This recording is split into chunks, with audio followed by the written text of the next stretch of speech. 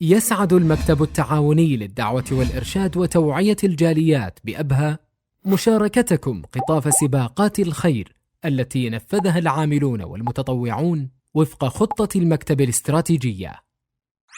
برامج التأهيل والبناء المتدرجة في تنشئة المستفيدين خلال فترات محددة استفاد منها 661 فرداً توزعوا على 9 برامج.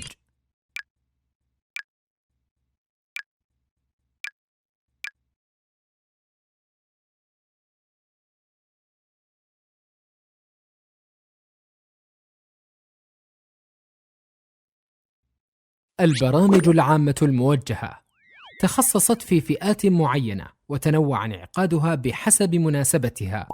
بلغت 9 برامج توجهت إلى أكثر من 4542 مستفيدا ومستفيدة.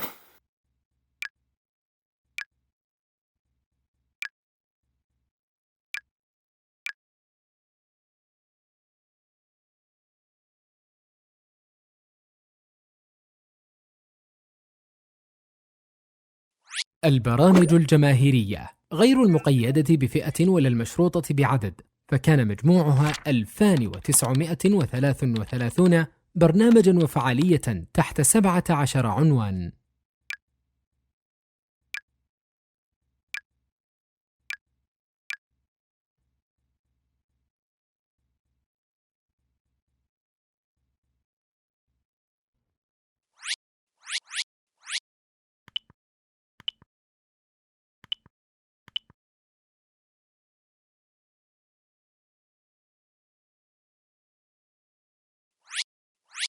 وفق الله المكتب للعطاء على مدى 28 عاماً على أيدي من أهمهم أمر المسلمين بكافة أعمارهم وفئاتهم. وها هي فرصتك الآن لتساهم ب100 ريال لتستمر برامج المكتب.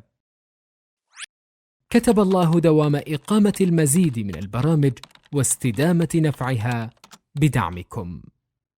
مع تحيات المكتب التعاوني للدعوة والإرشاد وتوعية الجاليات بأبها.